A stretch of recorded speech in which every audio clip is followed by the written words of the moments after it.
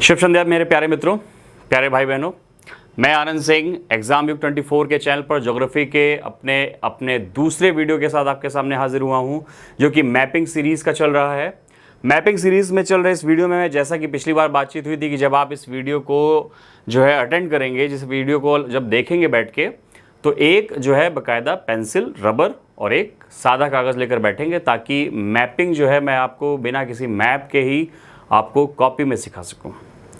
Video शुरू करने से पहले मैं बता दूं कि ये प्रीमियर वीडियो है, और प्रीमियर वीडियो में जो है आपको मैं कमेंट सेक्शन में लाइव कमेंट करता रहूँगा।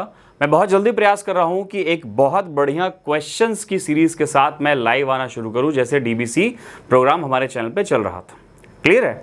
बट जब तक वो प्रयास सफल होता है, उसमें कुछ समय, बस बहुत थोड़े समय की बात है, उसके बाद मैं आपके सामने लाइव भी रहूँगा और डीबीसी स्टैंडर्ड के हिसाब से मैं क्या करूँगा, आपको ज्योग्राफी के क्वेश्चंस के साथ भी डिस्कस करूँगा आके। ठीक है? तो तब तक के लिए बस थोड़ा सा धीरज बनाए रखो और ध्यान से देखो। वीडियो में के नीचे एग्जाम युग 24 करके जो मैं लगातार कमेंट कर रहा हूँ, वो मैं ही हूँ। तो आपको अगर कोई चलते वीडियो में कोई भी सवाल पूछना हो, कोई भी समस्या हो, कोई भी शंका हो, तो आप जो नीचे एग्जाम युग 24 करके जो एक कमेंट बन के आ रहा है ब्लू कलर का, तो वो मेरा ही है। आप जो मुझसे लगातार बातचीत कर सकते हैं। स्पष्ट है भैया? अब पिछला वीडियो जो हमने छोड़ा था वो नॉर्थ अमेरिका पे छोड़ा था, और नॉर्थ अमेरिका की जो है मोटी मोटी बातें हमने देख ली थी। ठीक है? आज के अपने वीडियो लेक्चर में हम नॉर्थ अमेरिका में कम से कम 3 टॉपिक्स को कवर करने की कोशिश करेंगे। वो है उत्तरी अमेरिका की खाड़ियां, यानी आपके gulfs and bays of North America, उत्तरी अमेरिका की जल संधियां यानी स्ट्रेट्स ऑफ नॉर्थ अमेरिका, और अगर इनसे समय बचता है तो हम डिस्कस करेंगे उत्तरी अमेरिका की झीलों पर। ठीक है बात? स्पष्ट है? तो चलिए जल्दी से नॉर्थ अमेरिका में जो है आज हम जिसकी खाड़ियों की बात करने वाले हैं, तो भैया सबसे पहले तो हमें खाड़ियों की बातचीत करने से पहले जो है ध्यान देना होगा कि हम खाड़ियों पर जो डिस्कशन करने वाले हैं वो उस शब्द से परिचित होते हैं कि खाड़ी क्या होती है। खाड़ी, देखिए हिंदी में खाड़ी शब्द जो है वो एक सिंगल सा शब्द है, किसी भी तरह से 2 शब्दों का प्रयोग नहीं किया गया। लेकिन इंग्लिश में खाड़ी को आप बे भी बोलते हैं और खाड़ी को आप गल्फ भी बोलते हैं। आ रही बात समझ कि बे भी है और गल्फ भी है। तो कब किस भौगोलिक संरचना को हम बे बोलेंगे और कब किस भौगोलिक संरचना को हम गल्फ बोलेंगे, यही देखने की बात है। और चलिए जब देखने की बात आ गई है तो हम देखते हैं जल्दी से इस पर कि जब बे बनाते हैं, जब आपके पहले तो ये समझ लो खाड़ी क्या होती है। तो खाड़ी देखिए महासागर का एक भाग, महासागर का एक भाग जो महासागर या सागर का एक भाग जो तीन तरफ से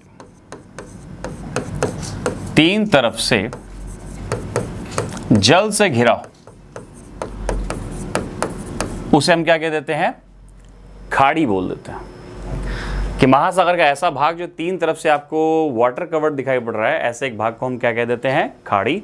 अब उनमें से किसको हम बे बोलते हैं? जैसे बे of Bengal, bay of Baffin, है ना, या बे ऑफ अलास्का।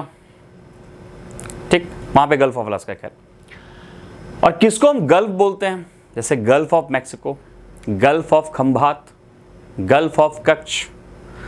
तो कब किस भौगोलिक संरचना को हम गल्फ बोल रहे हैं और कब किस भौगोलिक संरचना को हम जो है आपके बे बोल रहे हैं, उसका एक दृश्य बनाकर जो है मैं आपको छोटे तरीके से समझाने का प्रयास करूंगा। जैसे ध्यान से देखिए, ये आपके भूभाग का क्षेत्र है। ये कैसा है? ये आपके लैंड एरिया है, और ये आपके ओशनिक वाटर है, ये आपके सागरी या महासागरी जल है। ठीक, तो आप क्या देख रहे हैं कि ये जो एक भौगोलिक संरचना आपको दिखाई पड़ रही है, ये काफी, इसका जो मुंह है वो काफी खुला हुआ दिखाई पड़ रहा है ना। जैसे आप बंगाल की खाड़ी देखते हैं, तो बंगाल की खाड़ी में आपको क्या देखने को मिलेगा कि पूरा का पूरा खुला हुआ क्षेत्र देखने को मिलेगा। मैं पहले बता दे रहा हूं आपसे कि भैया एक एटलस और एक सादा कागज, पेंसिल, रबर लेके बैठो, ताकि जो जगह मैं आपसे बताऊं आप उन जगहों पर तेजी से एक जो है नजर डाल के देख सकें। बंगाल की खाड़ी को जब आप देखेंगे तो उसका मुहाना क्या है, काफी खुला हुआ है ना, सकरा नहीं है सागर का मुंह, तो उसे हम बोल देते हैं बे, जैसे बे ऑफ बंगाल। गल्फ किसे बोलते हैं? गल्फ की संरचना आपके बे की संरचना से थोड़ा सा डिफरेंस होती है, और डिफर ऐसे होती है कि इसमें जो आपके क्षेत्र होता है वो काफ़ी सकरा होता है। देखिए ये पूरा का पूरा जो जल निकाय है, ये पूरा का पूरा जल क्षेत्र है, इसके भीतर शामिल है महासागर का ये जो जल है, इसके भीतर शामिल है। ये महासागर है आपके, यह सागर है, और ये आपके भूखंड है।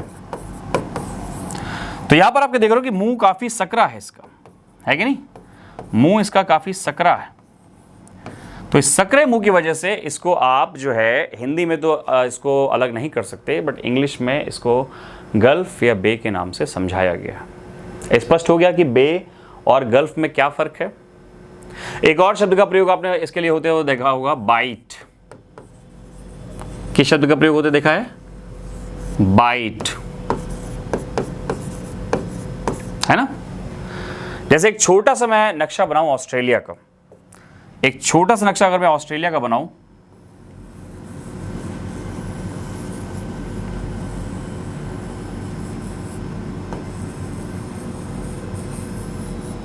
ध्यान से देखिए।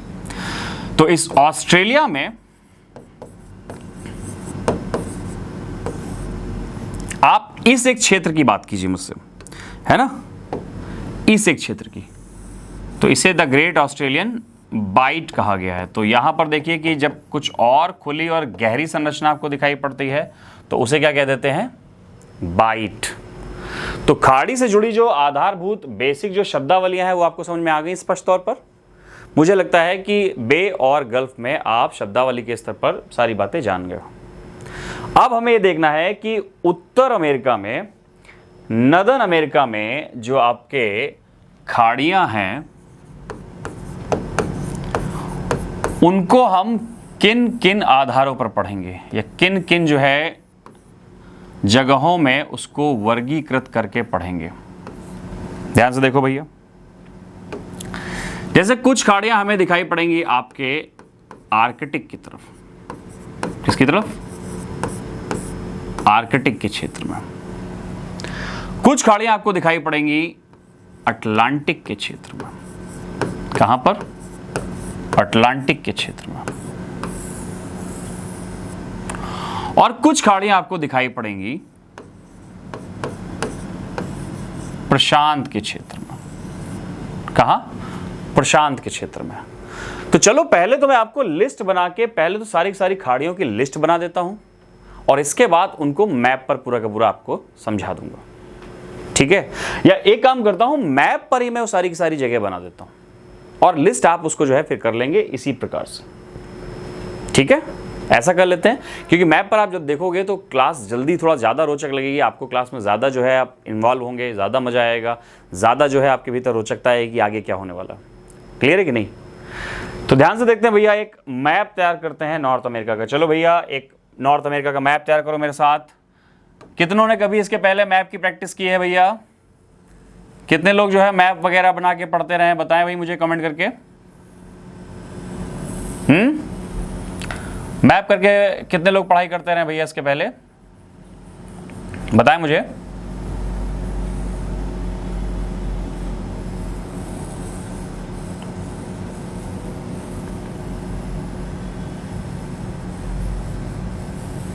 चलिए ये देखिए, ये नॉर्थ अमेरिका का आपको मोटा मोटा जो है उत्तरी अमेरिका का नक्शा दिखाई पड़ रहा है ना?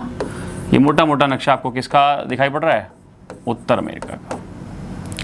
यहां पर आपको बैफिन जो है द्वीप मिलेगा। कौन सा द्वीप है? ये है बैफिन द्वीप, ठीक। और इसके बाद यहां आपको एक दुनिया का सबसे बड़ा आइलैंड दिखाई पड़ेगा, ठीक। और वो आपको दिखाई पड़ेगा कौन सा?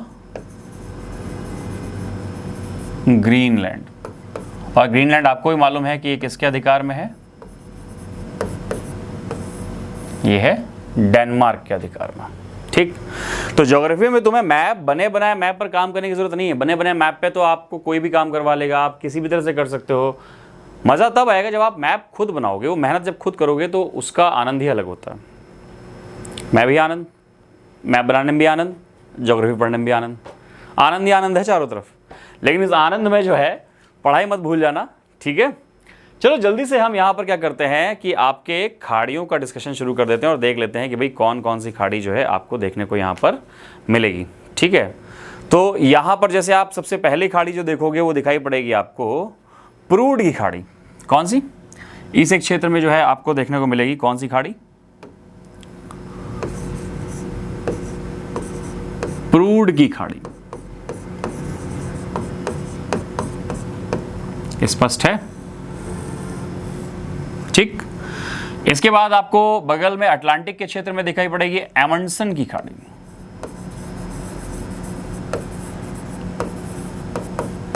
कौन सी खाड़ी आपको देखने को मिलेगी? एमंडसन की खाड़ी, ठीक है। ये देखिए एमंडसन की खाड़ी जब आप देख लोगे उसके बाद आपको जो है यहां पर बगल में बकायदा दिखाई पड़ेगी बूथिया की खाड़ी। कौन सी? बूथिया। या आप यहां पर चले आओ, जल्दी से देख लेते हैं। इसे बोला गया है हडसन की खाड़ी। क्या बोला गया है? हडसन की खाड़ी। और थोड़ा सा अगर मैं मैप में संशोधन करूं तो यहां पर जो है आपको हडसन की खाड़ी के भीतर भी एक खाड़ी दिखाई पड़ेगी।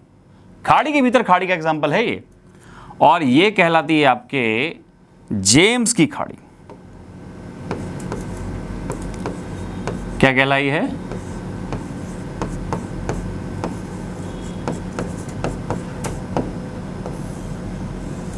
जेम्स की खाड़ी। ये हो गई आपके हडसन की खाड़ी, ये हो गई आपके एमंडसन की खाड़ी। क्लियर है भैया? और जब आप देखोगे इसमें एमंडसन की खाड़ी में, हडसन की खाड़ी में, तो इसके बाद जब आप आगे बढ़ोगे तो यहां पर आपको जो है दिखाई पड़ेगी बकायदा बूथिया की खाड़ी, है ना। इस एक जगह पर जो है थोड़ा संशोधन और करूंगा तो यहां पर जो है एक छोटी सी संरचना से दिखाई पड़ेगी। ये देखिए, ये तो ये आपको दिखाई पड़ जाएगी, ध्यान से देखिए, बूथिया की खाड़ी। कौन सी? बूथिया।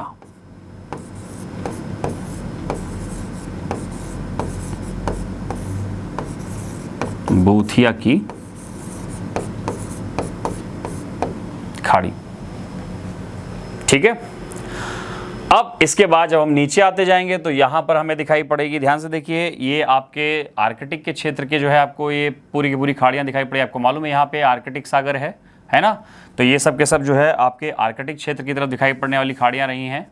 स्पष्ट तौर पे दिखाई पड़ रहा है आपको ये, ठीक। ये जेम्स की खाड़ी। और अब जब हम अटलांटिक की तरफ चलेंगे तो अटलांटिक की तरफ देखिए हमें कितनी खाड़ियाँ मिलती हैं देखने को, ठीक है। जैसे यहाँ पर आपको दिखाई पड़ेगी बैफिन के पास, ये बैफिन की खाड़ी। कौन सी खाड़ी? चूंकि अटलांटिक की है तो मैं इसके लिए अलग रंग का प्रयोग करता हूं। ये है आपके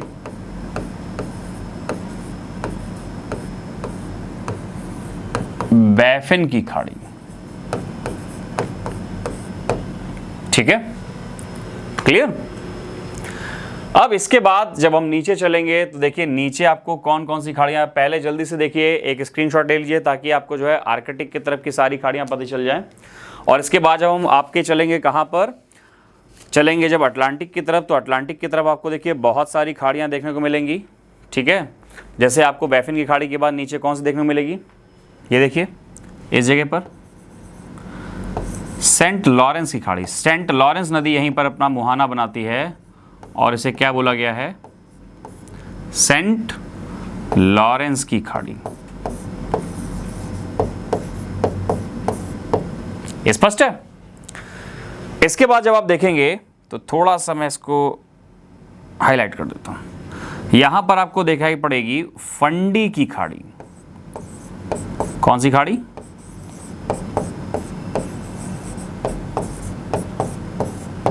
फंडी की खाड़ी। तो सेंट लॉरेंस की खाड़ी जो है, सेंट लॉरेंस नदी द्वारा मुहाना जो बनाया जाता है वहां पर दिखाई पड़ता है। फंडी की खाड़ी बहुत ज्यादा पॉपुलर है। फंडी की खाड़ी जो है ये ऊंचे ज्वारों के लिए, हाई टाइड के लिए जानी जाती है। और अमेरिका के देखिए किस तट पर है, पूर्वी तट पर या पश्चिमी तट पर? देख के बताइए जल्दी से। तो ये है आपके पूर्वी तट पर दिखाई पड़ रही है। क्लियर। इसके बाद जब हम आगे बढ़ेंगे तो हमको दो खाड़ियां और दिखाई पड़ेंगी, केप कोड और डेलवार। ठीक है, यहां पर आपको दिखाई पड़ेगी केप कोड की खाड़ी,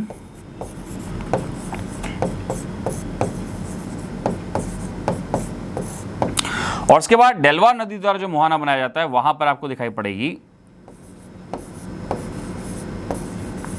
डेलवार की खाड़ी। क्या दिखाई पड़ेगा? डेलवार की खाड़ी। ठीक है, डेलवार नदी द्वारा जब वहां पे मुहाना बनाया जाता है तो कौन सी खाड़ी मिलती है हमें? आपको डेलवार की खाड़ी। ठीक, इसके बाद अगर आपको एक और खाड़ी की बात करूं मैक्सिको से पहले, तो वो आपको दिखाई पड़ेगी चेसापीक की खाड़ी। कौन सी?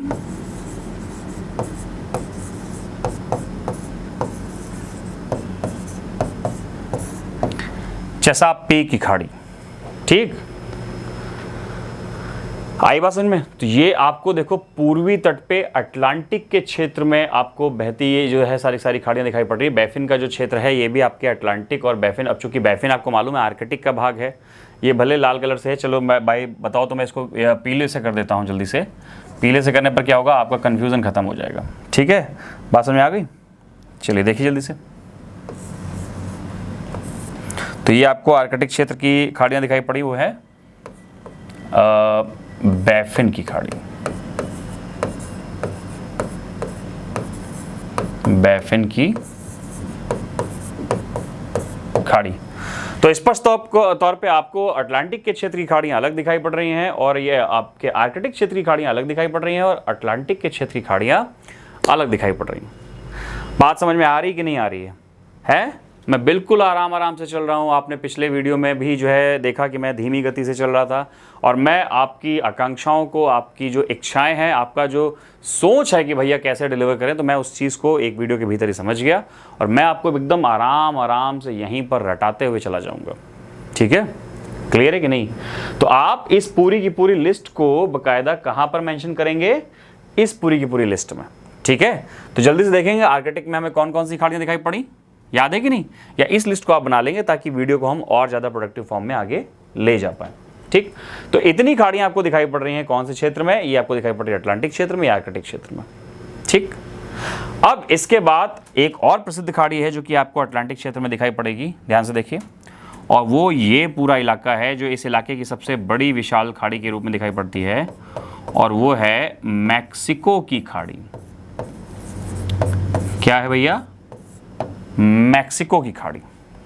ठीक है भैया, अगर देशों का हम बंटवारा करें जल्दी से देख लेते हैं भाई कौन से इस महाद्वीप में कौन कौन से देश कहां से दिखाई पड़ेंगे। तो ध्यान से देखिए, है ना, यहां पर आपको दिखाई पड़ेगा मैक्सिको। ये एक जो 49 डिग्री पैरेलल लाइन है, ध्यान से देखो, ये जो 49 डिग्री पैरेलल लाइन है इसी के बीच में देश है कौन सा? यूएसए, और इसका एक जो भाग है अलास्का। ये भी किसका भाग है? यूएसए का, है ना।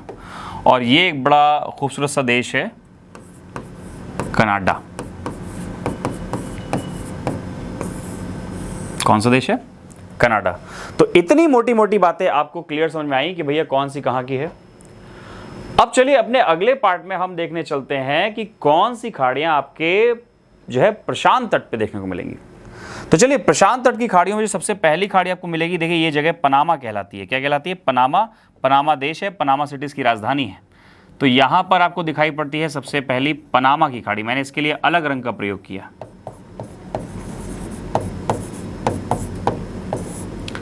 पनामा की खाड़ी। ठीक, इसके बाद जब आप यहां पर चले आएंगे तो यहां पर आपको दिखाई पड़ेगी अलास्का की खाड़ी। इस क्षेत्र में अलास्का के ठीक नीचे आपको क्या दिखाई पड़ेगी?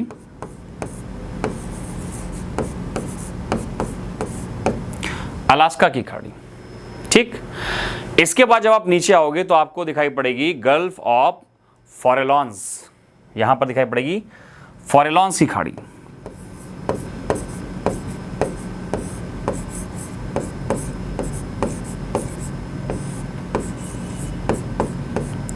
फॉरेलॉन्स की खाड़ी। और ये सब किस पर है, आपको बात क्लियर है कि नहीं, कि ये सब के सब आपको प्रशांत में दिखाई पड़ रही हैं, प्रशांत महासागर का भाग है सब। ठीक। चौथा आपको जरा इस एक भाग पर ध्यान दीजिए, ये कैलिफोर्निया का क्षेत्र है, तो ये कौन सी खाड़ी हो जाएगी, ये हो जाएगी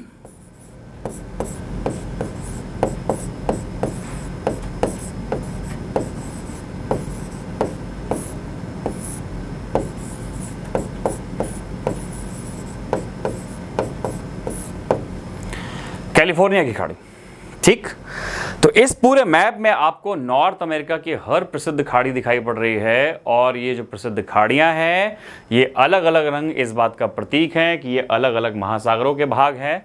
मैं बोर्ड पर इस रंग के थ्रू आपको बता दूं कि इस कलर की जो खाड़ियां हैं वो किस की भाग है, वो भाग हैं प्रशांत की। अगर मैं आपको बता दूं रेड कलर की जो खाड़ियां हैं, है ना, वो किसका भाग है, तो वो भाग है अटलांटिक की। किसकी, अटलांटिक की। और जो येलो कलर के जो भाग हैं वो आपको दिखाई पड़ रही हैं किसकी, आर्कटिक की। किसकी, आर्कटिक की। स्पष्ट तौर पे है। आप इसका चाहे तो स्क्रीनशॉट भी ले सकते हैं, इसको बकायदा प्रिंट निकलवा के अपने पास रख सकते हैं, कलर्ड प्रिंट, या आपके जो है पीडीएफ में जो है इसको आप प्रिंट के तौर पे रख सकते हैं अपने पास। ठीक है। तो इतनी खाड़ियां हमको दिखाई पड़ती हैं। अब आप इनको क्या करेंगे, उत्तर से, अब जैसे पैसिफिक में कौन कौन सी आपको दिखाई पड़ रही है, पैसिफिक में आपको दिखाई पड़ रही हैं 4 खाड़ियां। कितनी हैं, 4 खाड़ियां। और कौन कौन सी हैं, अलास्का, अलाफोरे, कैलिपना, अलाफोरे, कैलिपना। तो इसका बहुत सिंपल सा निकल के आ जाएगा क्या, अलाफोरे, कैलिफना।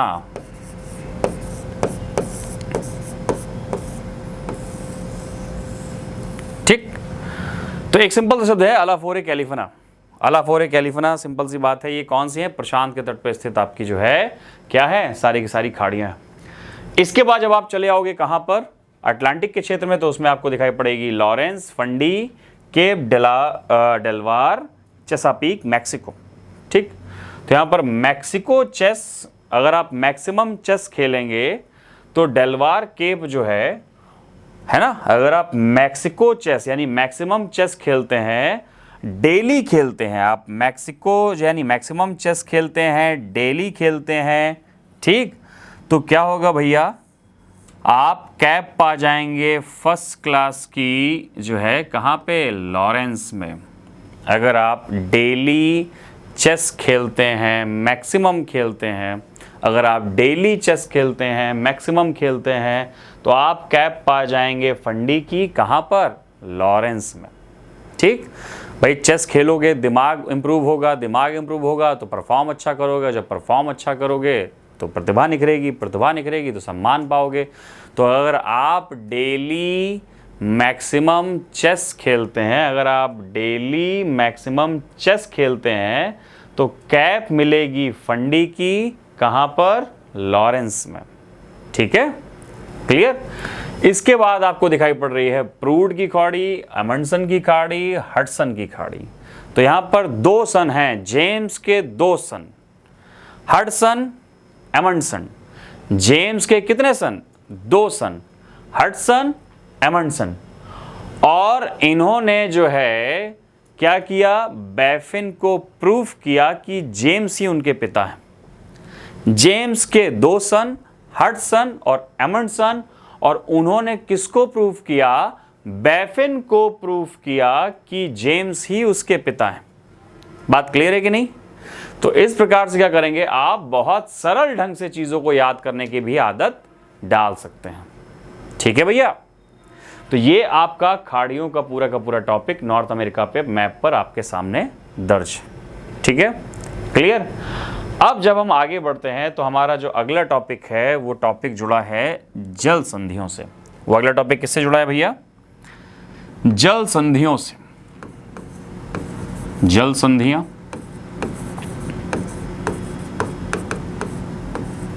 मतलब स्ट्रेट, है ना। तो जल संधियों के विषय में सबसे पहले तो आपके मन में सवाल आना चाहिए कि जल संधियां क्या हैं, है ना। सबसे पहले मन में सवाल आना चाहिए क्या है और इनकी रेलेवेंस क्या है, प्रासंगिकता क्या है। ठीक, तो अगर क्या है मुझे ये बताना पड़े तो आप ध्यान से देखिए, एक संरचना मैं बनाता हूं, उसी के थ्रू आपको पूरी पूरी बातें समझा सकता हूं। जैसे बाई चांस ये आपके स्थल भाग है, ये आपके एक स्थल भाग हो गया। ठीक, एक स्थल खंड आपने दूसरा भी देख लिया, ये भी स्थल खंड हो गया।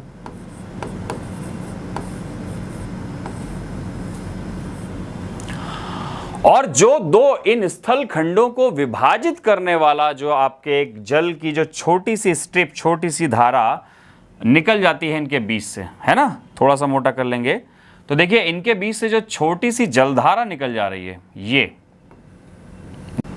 ठीक है, तो यही आपके क्या कहलाती है, जल संधि कहलाती है। क्या कहलाती है, जल संधि।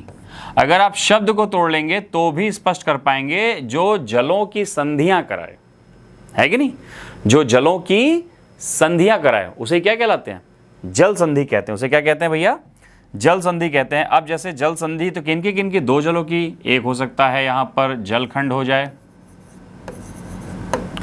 एक जलखंड हो जाए एक, और दूसरा जलखंड भाग दो। तो अगर इनकी रेलेवेंस की हम बात कर ले, पहले तो आपको समझ में जल संधि समझ में आएगी। जल संधि किसे कहते हैं, जल संधि सिंपल सी बात है, जो दो वाटर बॉडीज को मिलाए, है ना, जो दो वाटर बॉडीज को मिलाए, ये देखो मिला रही है इसको, ठीक है, स्पष्ट है। तो अब यहां पर है कि इसकी प्रासंगिकता क्या है, किसी भी जल संधि से हमें कौन कौन सी सूचनाएं मिलती हैं, किसी भी जल संधि से जो है हमें कौन कौन सी सूचनाएं मिलती हैं, देखते हैं जल्दी से। दो सूचनाएं मिलती हैं। पहली सूचना क्या मिलती है किसी जल संधि से, वो ये कि कौन सी दो वाटर बॉडीज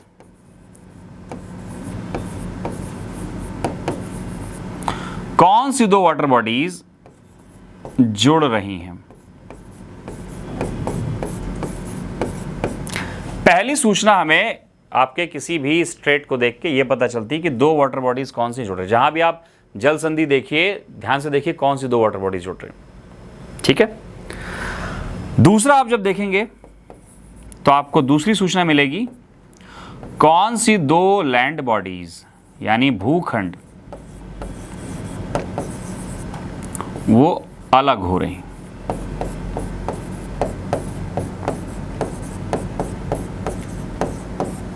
कौन सी दो लैंड बॉडीज जो है वो अलग हो रही हैं। तो जल संधियों से हमें इतना पता चलता है कि भाई जल संधियां किन्हीं किन्हीं दो वाटर बॉडीज को जोड़ती हैं और दो लैंड बॉडीज को ये सेपरेट करती हैं, अलग करती हैं। ये बात इतनी समझ में आ गई। तो भाई चलो फिर से लेखपाली कीजिए।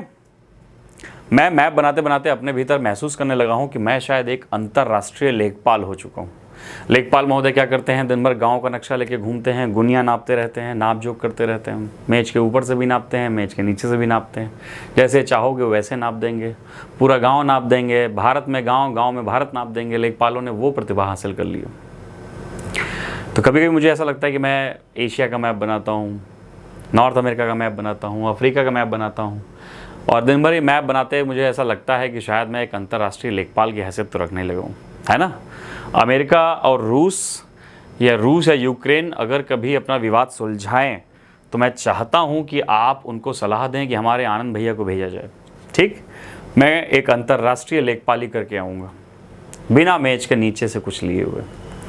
आपका भी फ़ायदा कि आप हमसे पढ़े, एग्ज़ाम युग 24 का भी फ़ायदा कि उन्होंने हमें मौका दिया, और मेरा ये फ़ायदा कि मैं एक अंतर्राष्ट्रीय लेखपाल के रूप में जो है ख्याति पा जाऊँगा। मजाक की बात है, इसको बहुत सीरियस नहीं लेना, ठीक है। बस थोड़ा सा हल्का हल्का होते रहना चाहिए बगल में, ठीक है। हमारी बात समझ के नहीं, थोड़ा बहुत तो देखो हल्के होते रहना चाहिए, ठीक। हल्के होने से क्या होता है कि दिमाग में तनाव कम रहता है, और जब दिमाग में तनाव कम रहता है तभी तो पढ़ाई घुसेगी भैया। पढ़ाई जो है वो एक परफॉर्मिंग आर्ट है, और परफॉर्मिंग आर्ट के लिए आपके मन का अच्छा होना बेहद आवश्यक है। अब अगर आपका मन ही अच्छा नहीं रहेगा, है ना, तो कैसे क्या तैयारी करोगे, कैसे क्या ध्यान दे पाओगे। और जब ध्यान नहीं दे पाओगे, मन अच्छा होने के और मन अच्छा ना होने के दोनों के कई कारण हो सकते हैं। कभी कभी क्या होता है, बाहर मौसम अच्छा होता है, हमारे मन का मौसम खराब होता कभी कभी क्या होता है, बाहर का मौसम ख़राब होता है, हमारे मन का मन अच्छा होता है। और मन अच्छा बुरा होने के पीछे कई लोग होते हैं।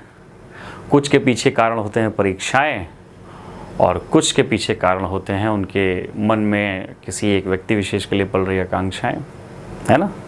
तो मन के चक्कर में ज़्यादा ना पड़ना, है कि नहीं। मिर्ज़ा गालिब ने एक शेर तुम मेरे प्यारे भाई बहनों के लिए कहा है। मैं चाहता हूँ कि इस शेर को तुम सुनो और आगे बढ़ो। इस शेर को जीना मत। शेर पता है क्या है? शेर ये है कि इश्क ने हमें निकम्मा कर दिया गालिब। क्या है शेर? इश्क ने हमें निकम्मा कर दिया गालिब, वरना हम भी आदमी थे बड़े काम के। ठीक। मैं देखता हूँ कि अक्सर विद्यार्थी जीवन में ये लाइन जो है, जब गुजर जाता है विद्यार्थी जीवन, तो उसके बाद यही लगता है कि हाँ, काश उसको ब्लॉक होने की चिंता हम ज़्यादा नहीं किए होते, या काश उसको व्हाट्सएप पे ज़्यादा जो है मैसेज ना किए होते, उतना ध्यान पढ़ाई पे लगाए होते। वो जो डेडिकेशन हम उसके लिए लगाए हैं, सलोरी में घूमे हैं, लक्ष्मी चौराहे पे घूमे हैं, वहाँ कंपनी बाग में लेके घूमे हैं, और जो जहाँ के हैं वहाँ के प्रसिद्ध स्थानों पे लेके घूमे, उतना समय अगर हमने पढ़ाई पे लगाया होता गुरु, तो मज़ा आ जाता। तो डेडिकेशन हमेशा रिजल्ट देगा।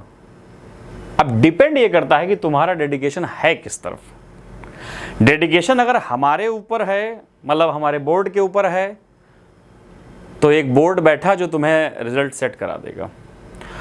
और डेडिकेशन तुम्हारा अगर कमेंट सेक्शन में ये चल रहा है, उस कमेंट सेक्शन में अगर किसी एक के साथ है, तो हो सकता है कि तुम वहाँ भी सफल हो जाओ। मैंने कब कहा कि तुम सफल नहीं होगे? तुम सफल होगे, तुम सफल ज़रूर होगे। और मैं तुमसे अभी भी कह रहा हूँ कि तुम जहाँ ध्यान दोगे तुम वहीं सफल होगे। बोर्ड पे तो बोर्ड सेलेक्ट करेगा, और एक कमेंट सेक्शन में अगर कहीं लगे पड़े हो तो कमेंट सेक्शन वाला पसंद कर लेगा। चलता रहता है, सब चलता रहना चाहिए। ज़िंदगी में मज़ा आना चाहिए। ये अमेरिका, ये दक्षिण अमेरिका, ये सब चलता रहता है। ये हम रहेंगे तो भी रहेगा, हम नहीं रहेंगे तो भी रहेगा। बट हम यहाँ पर आके क्या जीवन में मौज मारे हैं वो समझना आवश्यक है। और बकवास ना करते हुए मैं अब आगे बढ़ता हूँ। थोड़ा सा बस इस प्रकार से हंसी मजाक बातचीत कर लिया करेंगे। अब आगे बढ़ते हैं जल संधियों की तरफ। तो भैया जल संधियाँ भी क्या करेंगे? नक्शे पर ही बनाएंगे, है कि नहीं। जब सारी चीज़ें नक्शे पर पढ़ रहे हैं तो जल संधियाँ क्यों ऐसे ही पढ़ लें? ध्यान से देखिए।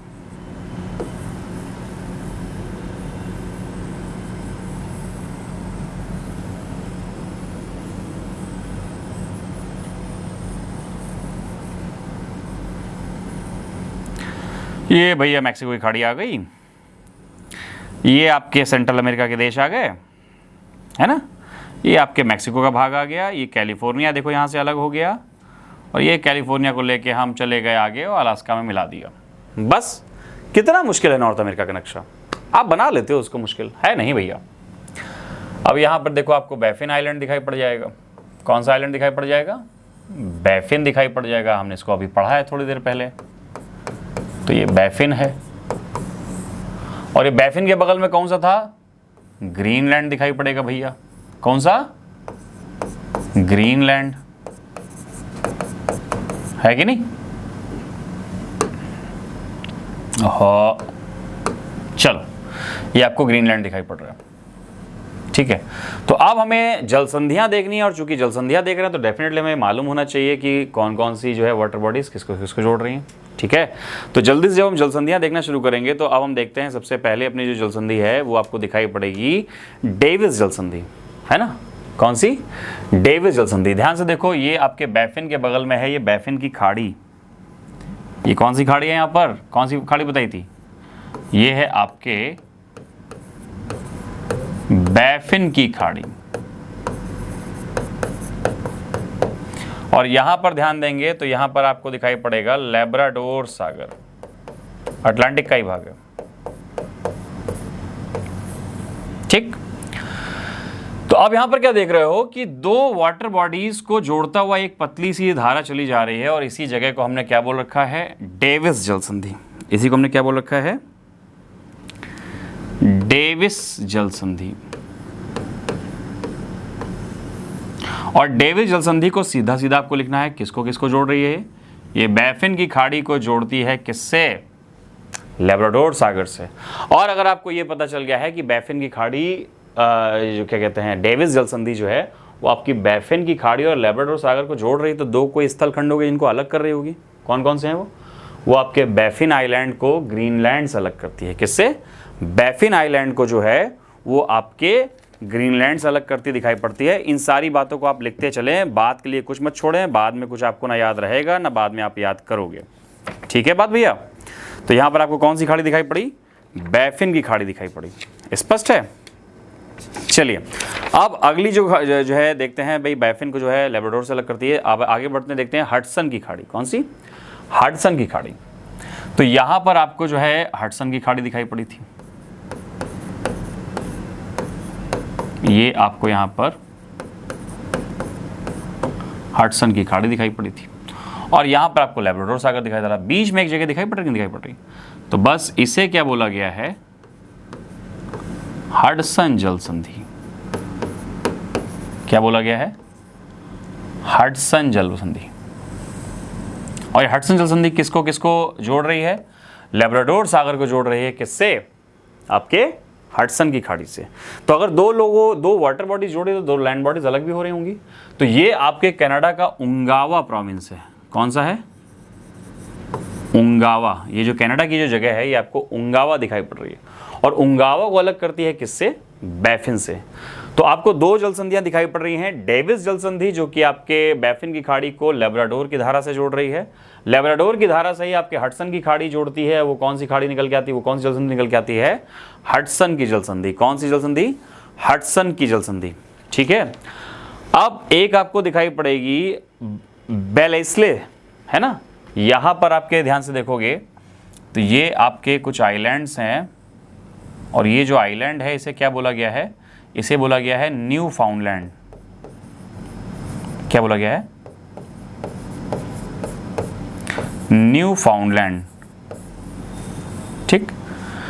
तो यहां पर न्यू फाउंडलैंड आपको क्या देखना पड़ेगा? यहां से जो आपके चली गई, ये देखिए ये, ठीक। इसको आपने क्या बोल दिया है? इसको आपने बोल रखा है बेल ईस्ले जल संधि। क्या बोल रखा है भैया? बेल ईस्ले जल संधि। और जब आप बेल ईस्ले जल संधि को देखते हैं तो ये आपको क्या दिखाई पड़ेगा? ये लैब्राडोर को जोड़ता दिखाई पड़ेगा सेंट लॉरेंस की खाड़ी से। ये आपके लैब्राडोर को जोड़ता दिखाई पड़ेगा। यहां पे कौन सी खाड़ी है? सेंट लॉरेंस की खाड़ी। देखो ध्यान से, यहां पर आपको दिखाई पड़ेगा सेंट लॉरेंस, ये आपको लैब्राडोर दिखाई पड़ा और ये न्यू फाउंडलैंड। देखिए ये न्यू फाउंडलैंड द्वीप को मुख्य भूमि से अलग। अब देखिए दो जलधाराएं, दो जल बॉडीज कौन सी, वाटर बॉडीज कौन सी मिल रही? सेंट लॉरेंस मिल रही है लैब्राडोर से। ठीक। और दो भूखंड कौन से अलग हो रहे हैं? तो न्यू फाउंडलैंड को अलग कर रही है ये किससे? नॉर्थ अमेरिका के मुख्य भूमि से, है ना? नॉर्थ अमेरिका की मुख्य भूमि से न्यू फाउंडलैंड आइलैंड को कौन अलग करता है? तो वो करती है बेलीजले। बेलीजले या बेलीजले जो है जल संधि। अब न्यू फाउंडलैंड के बारे में आजकल वर्तमान में कुछ दिन पहले खबर बड़ी चर्चित हुई थी। न्यू फाउंडलैंड आइलैंड से कुछ दूरी पर, न्यू फाउंडलैंड आइलैंड से लगभग ये 450 मीटर की, 450 मील की दूरी पर ये वो जगह है जहां पर आपके एक जहाज डूबा था और उस जहाज का नाम आपको मालूम है कि नहीं? टाइटैनिक। उस जहाज का नाम क्या था? टाइटैनिक। क्लियर? 1912 में जो चला था। और टाइटैनिक जो डूबता है, उस टाइटैनिक को ध्यान दोगे आप तो आपको क्या दिखाई पड़ेगा? टाइटैनिक जो है उस मलबे को ढूंढने के लिए अभी कुछ दिन पहले जून में जो है आपके एक पनडुब्बी जाती है ओशन गेट की, और ओशन गेट की उस पनडुब्बी का नाम क्या था भैया? टाइटन। उस पनडुब्बी का नाम क्या था? टाइटन। कै लोग सवार थे उसमें? उसमें सवार थे 5 लोग। कितने लोग? 5 लोग। क्या हुआ था उसके साथ आपको भी मालूम है? अगर नहीं मालूम है तो मैं बड़ा सरल तरीके से समझा देता हूं। देखिए आप जब खड़े हैं अभी, तो आप जब खड़े हैं तो आपके सर के ऊपर जो है वो कौन सा दाब लग रहा है? वायुमंडलीय दाब लग रहा है कि नहीं लग रहा है ना? ठीक ऐसे ही जब आप जल की गहराई में जाते हैं तो जितने स्क्वायर इंच की खोपड़ी आपकी है उतने स्क्वायर इंच ठीक ऊपर आपके पूरा पूरा क्या है? जल है। जल का द्रव्यमान भी है और जल का भार भी है। तो जो चीज पानी में जितना नीचे जाएगी, बताइए दाब बढ़ेगा या घटेगा? बात समझ में आ रही कि नहीं आ रही है? आपकी खोपड़ी जितना पानी में गहराई में जाती जाएगी, उसके ऊपर पानी की जो एक आपके सीधी सीधी लेयर भी मान लें, तो उसका दाब जो है जितनी गहराई में जाएंगे बढ़ेगा या घटेगा? तो आप क्या देखते हैं, वो कैसे दिखाई पड़ता है आपको? वो आपको बढ़ता हुआ दिखाई पड़ता है। और क्या होगा कि जब ये एक लिमिट से नीचे चले जाएंगे, जैसे वो लगभग 4 किलोमीटर नीचे टाइटैनिक डूबा पड़ा है, कितना? लगभग 4 किलोमीटर नीचे टाइटैनिक डूबा पड़ा है। और लगभग 4 किलोमीटर नीचे जो टाइटैनिक डूबा है, इसको ढूंढने जब टाइटन नीचे जाती है तो धीरे धीरे क्या करती है, जब नीचे वो जाती है तो हर 15 मिनट में उसमें एक पिंग मैसेज होना था। 8 बजे निकलती है, 105 मिनट में जब उसको पिंग होना था, हर 15 मिनट में 15 छक्का 90 यानी 6 पिंग हुए। जब 7वां पिंग उसमें होना था, तो 7वां पिंग मतलब उसमें जो बीप घंटी बजनी थी कि हाँ भैया हम जिंदा हैं, हम नीचे हैं बट जिंदा हैं, वो 7वीं घंटी नहीं बजी। और जैसे इधर उनकी 7वीं घंटी नहीं बजी, इधर इनके दिमाग की घंटी बज गई। आ गई बात समझ में? और जब दिमाग की इनकी घंटी बजेगी तो ये लोग ढूंढने जाएंगे, तो पता चलता है कि वहां पर ये पनडुब्बी क्या कर रही है, ये इम्प्लोजन हो गया है। इसमें क्या हो गया है? इम्प्लोजन। 2 शब्द होते हैं, एक्सप्लोजन, इम्प्लोजन। जब एक्सप्लोजन होता है तो चीजें एग्जिट करती हैं, यानी जब बम फटता है तो वो एक्सप्लोड होता है और उसकी जो तरंगे हैं वो बाहर की तरफ जाती हैं। यहां पर क्या हुआ है? इम्प्लोजन, है ना? यानी कोई चीज चारों तरफ से इतना दबाव पड़ेगा कि वो पनडुब्बी जो है एकदम कचर के ऐसा कूड़ा हो गई, कचर गई पूरी तरह से, और फिर इसके बाद वो ब्लास्ट कर जाती है। तो वो जो घटना आपके टाइटन घटना जो हुई है उस पर नजर बनाए रखिएगा, सवाल उससे बन सकते हैं आपके करंट अफेयर में। वो आपके इसी टाइटैनिक के मलबे के पास हुए। बात स्पष्ट है कि नहीं? और इस एक घटना में एक शब्द आपके सामने निकल के आता है, इम्प्लोजन या कैटास्ट्रॉफिक ब्लास्ट, कैटास्ट्रॉफिक एक्सप्लोजन शब्द निकल के आता है। अब इसमें मैं आपको ज्यादा क्या बताऊं, मैं आपको बता दूं, जिस पनडुब्बी में आप ध्यान से देखेंगे, ये जो पनडुब्बी थी आपके, इस पनडुब्बी का डिजाइन कुछ ऐसा था। यहां पर जो है ये देखने लायक जगह बनी हुई थी और ये इसका स्टैंड हुआ करता था। ये जो देखने लायक जगह थी, इसकी मोटाई केवल और केवल 53 सेंटीमीटर थी। और 53 सेंटीमीटर की जो मोटाई थी, बात समझते हैं ना, टेक्निकल बात समझना, 53 सेंटीमीटर की जो ग्लास था, जिसको देखने की जो मोटाई थी, ये मोटाई केवल और केवल 4000 फीट के लिए बनाई गई थी। और ये भाई साहब ये लेकर कितने हजार फीट नीचे जा रहे हैं? 12000 फीट लेके जा रहे हैं नीचे। तो पहली बात तो पूरा का पूरा कंटेक्स्ट ही गलत है। और जब पूरा पूरा कंटेक्स्ट ही गलत दिखाई पड़ेगा तो क्या होगा? ब्लास्ट ना होगा। तो ये बुलाई गई मौत थी और इस मौत की टिकट का प्राइस कितना था? 2 से 2.5 करोड़ रुपया पर सीट। क्लियर? तो आपके अब देखिए ज्योग्राफी हर जगह से कनेक्ट आपको दिखाई पड़ रही है। आपको वहां पर दिखाई पड़ी वो जगह और आपने क्या देखा कि वहां पर आपको न्यूफाउंडलैंड आइलैंड मिला और वहां न्यूफाउंडलैंड जलधारा, यहीं से आपके न्यूफाउंडलैंड की जो जलधारा है ये ऊपर जाती है, लैब्राडोर सागर से मिलती है। न्यूफाउंडलैंड की तरफ से ये जो गर्म जलधारा है ये आपके लैब्राडोर की ठंडी जलधारा से जब मिलती है, तो ऐसे जितने भी जल निकाय हैं जहां पर आपको ठंडे और गर्म जलधाराएं मिलती दिखाई पड़े, वो जगह मछली बाजी के लिए, कहने का मतलब मछली उत्पादन के लिए बड़ी सर्वश्रेष्ठ जगह हो जाती है। बात स्पष्ट हो रही कि नहीं हो रही? ठीक है। तो जैसे यहां पर आपके लैब्राडोर सागर जो है वो आपके पूरी दुनिया में मछली उत्पादन के लिए बहुत ज्यादा प्रसिद्ध है। ऐसे ही जब आपके जापान के क्षेत्र की तरफ देखोगे तो वहां पर आपको क्यूरोशियो और क्यूराइल दिखाई पड़ता है। तो जहां पर आपको क्यूरोशियो और क्यूराइल की समेकित जलधाराएं दिखाई पड़ेंगी, वहां पर आप क्या देखोगे कि बाकायदा पूरा का पूरा मत्स्य उत्पादन के लिए, मछली उत्पादन के लिए वो जगह भी बड़ी पॉपुलर है।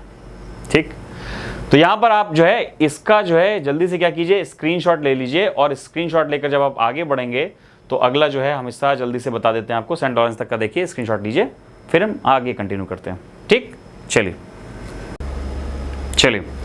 तो देखते हैं अपनी अगली जल संधि। हम अपनी अगली जल संधि में हम ध्यान करेंगे इस मैक्सिको के आसपास, और मैक्सिको के आसपास जो है आपको एक जगह दिखाई पड़ रही है जो कि कहलाती है क्यूबा। क्या कहलाती है? क्यूबा कहलाती है। ध्यान से देखिए, चलिए यहां पर आपको जो है दिखाई पड़ेगा क्यूबा। ठीक है, तो ये आपको दिखाई पड़ रही है मैक्सिको की खाड़ी। क्या दिखाई पड़ रही है? मैक्सिको की खाड़ी, ठीक है। और यहाँ पर आपके जो है ये फ्लोरिडा है, ये कौन सा प्रांत है, ये फ्लोरिडा है। और फ्लोरिडा की कैपिटल ये मियामी बीच भी बड़ा खूबसूरत सा दिखाई पड़ता है। आप देखते हो ना मियामी में बड़ा सुंदर सुंदर अंग्रेज स्तर जो अंग्रेज युवक युवतियाँ जो है आपके सन बात ले रहे होते हैं, ठीक। तो ये जो मैक्सिको की खाड़ी है, इस मैक्सिको की खाड़ी को अटलांटिक से जोड़ती है एक जल संधि। मैक्सिको की खाड़ी को जोड़ती है अटलांटिक से, और मैक्सिको को अटलांटिक से जोड़ने वाली जो जल संधि है उसे हम बोलते हैं फ्लोरिडा। क्या बोलते हैं? फ्लोरिडा जल संधि। ये ध्यान से देखिए, ठीक है। तो फ्लोरिडा जोड़ती किसको है? फ्लोरिडा जल संधि जोड़ती है मैक्सिको की खाड़ी को अटलांटिक से, ठीक है। और फ्लोरिडा अलग किसको करती है? तो आप क्या देखेंगे कि ये आपके फ्लोरिडा को अलग करती है क्यूबा से। किससे अलग करती है? क्यूबा से। क्लियर है कि नहीं? तो जब ये क्यूबा से अलग करती है, आपको दिखाई पड़ती है, तो इसमें जो है आपको ध्यान देना पड़ेगा कि इसी के ठीक बगल में नीचे आपको ये एक जो चैनल दिखाई पड़ रहा है, ये यूकाटन कहलाता है। ये भाग देखिए जल्दी से, मैप पास में हो तो देखिए, ये एक भाग क्या कहलाता है? ये कहलाता है यूकाटन। क्या कहलाता है ये? यूकाटन। स्पष्ट है? और यूकाटन चैनल की जब हम बात करेंगे तो मैक्सिको की खाड़ी को जो है वो कैरेबियन सागर से जोड़ता दिखाई पड़ेगा आपका। मैक्सिको की खाड़ी से जो है वो यूकाटन चैनल जो है क्या क्या दिखाई पड़ेगा? ये मैक्सिको खाड़ी, और यहां से आपके कैरेबियन सागर है। ये कौन सा सागर है? ये आपके कैरेबियन सागर। ध्यान से देखिए, कैरेबियन सागर। अभी कैरेबियन सागर के आपको देश भी देखने हैं। हम धीरे धीरे क्या कर रहे हैं, मैप पर आपको मैं बिल्कुल सरल तरीके से काम करके चल रहा हूं, बिल्कुल शून्य से शतक की ओर। मैं हर बार आपसे कह रहा हूं कि हम शून्य से शतक की ओर चलेंगे, ठीक है। तो आपको बिल्कुल धीरज रखते हुए आगे बढ़ना है, रटते हुए आगे बढ़ना है। और पहले ही बोला है कि हमें जो बोरी भरनी है वो भूसे के ढेर की नहीं भरनी है, वो हमें मिट्टी के ढेर की बोरी बिल्कुल ठोस भरनी है, धीरे धीरे बट सॉलिड। तो यहां पर आपको क्या दिखाई पड़ रहा है? यूकाटन चैनल दिखाई पड़ रहा है। तो यूकाटन चैनल जो है, ये एक जो जगह है, देखिए, ये आपके मैक्सिको की खाड़ी को जो है कैरेबियन सागर से जोड़ता दिखाई पड़ेगा। ये कौन सा चैनल? यूकाटन चैनल, ठीक है। अब अगर मैक्सिको की खाड़ी को जोड़ रहा है कैरेबियन सागर से, तो कोई जो आपके लैंड मासेज होंगे वो अलग भी हो रही होंगी। तो आप ध्यान से देखोगे तो क्यूबा को ये यूकाटन से सेपरेट कर रहा है। किससे? क्यूबा को यूकाटन से ये सेपरेट कर रहा है, ठीक है। अब इसके बाद चलते हैं नीचे की तरफ। तो नीचे का ये जो आपको मैं पनामा के विषय में जो बताने वाला हूं, उस पनामा का मैप हम अलग से देख लेते हैं। ध्यान से देखिए, ठीक है। ये जो पनामा का नक्शा है, इसमें आपको पनामा नहर दिखाई पड़ रही है, जिसका निर्माण 1914 में पूरा हुआ था। पनामा है ना।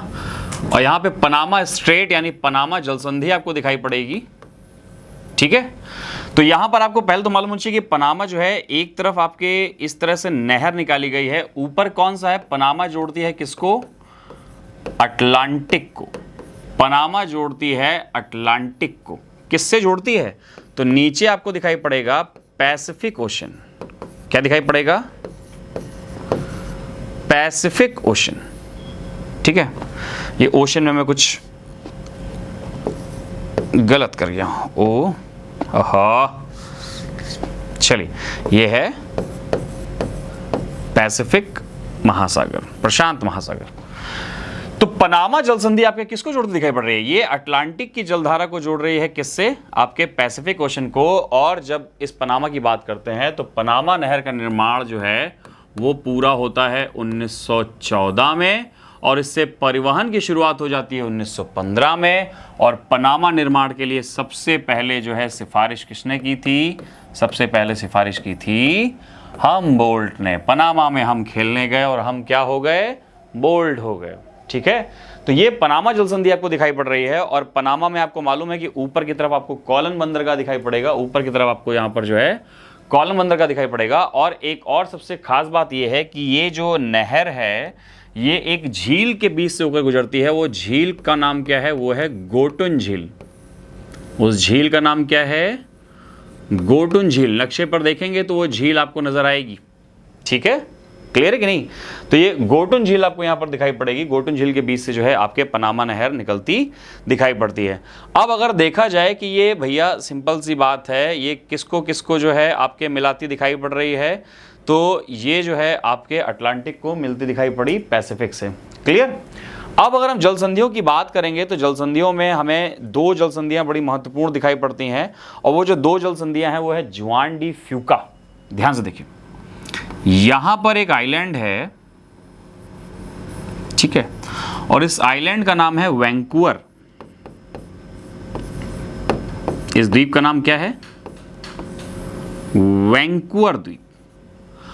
और वैंकूवर द्वीप और कनाडा की जो मुख्य भूमि है, जो कनाडा की मुख्य भूमि और इसका जो एक द्वीप है वैंकूवर द्वीप, इसके ठीक बीच से जो आपके वाटर बॉडी गुजरती है, इस वाटर बॉडी को, यानी इस जो आपके जल संधि को जरा ध्यान देंगे तो इसको बोला गया है जुआन डी फ्यूका स्ट्रेट। क्या बोला गया है? जुआन डी फ्यूका जल संधि। और जुआन डी फ्यूका जल संधि आपको ऊपर दिखाई पड़ रहा होगा, अलास्का दिखाई पड़ रहा होगा, दिख रहा है कि नहीं दिख रहा है? ये अलास्का है और नीचे आपको पैसिफिक दिखाई पड़ रहा है। तो ठीक है, ये आपके अलास्का की खाड़ी को जो कनेक्ट करता दिखाई पड़ रहा है, किससे? पैसिफिक की तरफ से। हालांकि इसको हम नहीं कह सकते क्योंकि अलास्का की खाड़ी जो है आपके वैसे भी अपने पश्चिम क्षेत्र में जो है जुड़ती दिखाई पड़ रही है, किससे? आपसे आपके दिखाई पड़ रही जुड़ते किससे? आपके पैसिफिक से, प्रशांत से। ठीक है, तो जुआन डी फ्यूका को याद रखेंगे। और वैंकूवर से अगर आपको इतिहास की कोई घटना याद आ रही हो तो वैंकूवर से आपको इतिहास की एक घटना याद जरूर आनी चाहिए, और वो इतिहास की घटना थी कामागाटा मारू प्रकरण। याद है कि नहीं? है ना? वैंकूवर आइलैंड पे जहाज चला था, सिंगापुर से जो है आपके गुरदत्त सिंह जहाज लेकर चलते हैं और वैंकूवर पहुंचते हैं, जहां पर उनको जो है अलाउ नहीं किया जाता है कि वो डिपोर्ट कर सकें। और फिर ऐसे में जब वो लोग वापस पहुंचते हैं कलकत्ता, तो वहां पे फिर क्या होता है, एक सशस्त्र जो है आपके झड़प हो जाती है इन यात्रियों के साथ, आपके पुलिस, ब्रिटिश पुलिस की। ठीक है, तो ये वही वैंकूवर आइलैंड है। ठीक है, आपको दिखाई पड़ रहा है ये वैंकूवर आइलैंड। क्लियर? और इसके बाद आज के लेक्चर का हमारा जो आखिरी पॉइंट है वो निकल के आता है बेरिंग जल संधि। अगर आप पनामा लिख चुके हो, पनामा बना चुके हो, तो मैं चाहता हूं कि पनामा के उस आपके डाटा को मैं जो है हटा दूं, ताकि जल्दी से बेरिंग जल संधि खत्म करके मैं आपको जल संधियों से जो है मुक्ति पाऊं। स्क्रीनशॉट ले चुके हैं भैया? ले लीजिए। और इसके बाद हम आगे बढ़ते हैं, ध्यान से देखिए जल्दी से ये। ठीक है, तो आप एक तरफ ध्यान देंगे, ऊपर आपको एक जो है क्या कहते हैं दिखाई पड़ेगी लैंड बॉडी, वाटर बॉडी, ऊपर है बेरिंग सागर। कौन सा सागर है? बेरिंग सागर। और यहां पर आपको साइबेरिया का एक पार्ट आता दिखाई पड़ेगा। ठीक है, ये आपके रशिया के अधिकार में। किसके अधिकार में है? रशिया के अधिकार में। और ये आप जानते हैं कि ये पार्ट कौन सा है? ये है अलास्का। कौन सा है ये? अलास्का। और ये यूएसए के अधिकार में। ठीक है, तो बेरिंग सागर से जो है एक पतली सी जलधारा निकल जाती है, जो कि बेरिंग सागर से जो है आपके पैसिफिक के तट को जोड़ती है जाके। बेरिंग जल संधि। कौन सी? बेरिंग जल संधि। तो बेरिंग जल संधि जो है ये आपके किसको किससे जोड़ रही है? ये जोड़ रही है बेरिंग सी को पैसिफिक से, यानी प्रशांत महासागर से। स्पष्ट हो गया भैया? ठीक। अब अगर पूछा जाए अलग किसको कर रही, तो आपको स्पष्ट दिखाई पड़ रहा है कि ये आपके एशियाटिक क्षेत्र को अलग कर रही है। किससे? नदन अमेरिका से। ठीक है, ये एशियाटिक क्षेत्र को किससे अलग कर रही है? नदन अमेरिका से। तो आपको जो है चारों तरफ जो है जल संधियां इसकी दिखाई पड़ी, और जब आप चारों तरफ इसकी जल संधियां देखते हैं तो आपको क्या दिखाई पड़ता है कि भैया पूरा का पूरा ये आपके पूर्व की जल संधियां और पश्चिम की जल संधियां, इनको जो है आप प्रैक्टिस पर मैप पर ड्रॉ कीजिए। और जैसे जैसे आप ड्रॉ करते जाओगे आपके मैप की प्रैक्टिस और आपके मैप की नॉलेज वो दिन पर दिन इंप्रूव होती जाएगी। आगे बात समझ में कि नहीं आएगी? ठीक है, तो भैया ये आपको इसी तरह से हम क्या करेंगे, धीरे धीरे एक एक फैक्ट, एक एक चीज़ जो है धीरे धीरे रटाते रहेंगे, बताते रहेंगे। और जब हमारी ये मैप की सीरीज़ एक ठीक ठाक स्तर तक पहुंच जाएगी, जब ये हमारी मैप की सीरीज़ एक ठीक ठाक तक स्तर तक पहुंच जाएगी, तो हम क्या करेंगे, धुआंधार क्वेश्चंस की एक सीरीज़ लेकर आएंगे। और धुआंधार क्वेश्चंस की सीरीज़ के साथ आप हमसे लाइव जुड़ेंगे। ठीक है, क्लियर है कि नहीं? तब तक भैया अब आज के लिए हमें इजाज़त दीजिए और आप जो है हंसते रहिए, मुस्कुराते रहिए, ये बारिश के मौसम का आनंद लेते रहिए और ज्योग्राफी मैप पर हमारे साथ बनाते रहिए। एग्ज़ाम युग की तरफ से मैं आपसे जो है बार बार निवेदन करूंगा कि ज्योग्राफी की ये जो मैप सीरीज़ है इसे ज़्यादा से ज़्यादा लोगों तक आप इसे शेयर कीजिए। कंटेंट काम का है और ना सिर्फ बैठकर पढ़िए, मैप बनाइए और इसके बाद आइए सवालों पर फिर देखा जाएगा कि क्या पीजीटी, क्या टीजीटी और क्या जो है आपके नेट जेआरएफ का मैपिंग का सवाल आ जाएगा, सब देखा जाएगा यहाँ पर। ठीक है भैया, तो चलो भैया हमको इजाज़त दो। आनंद भैया अब आपसे जो है विदा लेते हैं। जय हिंद।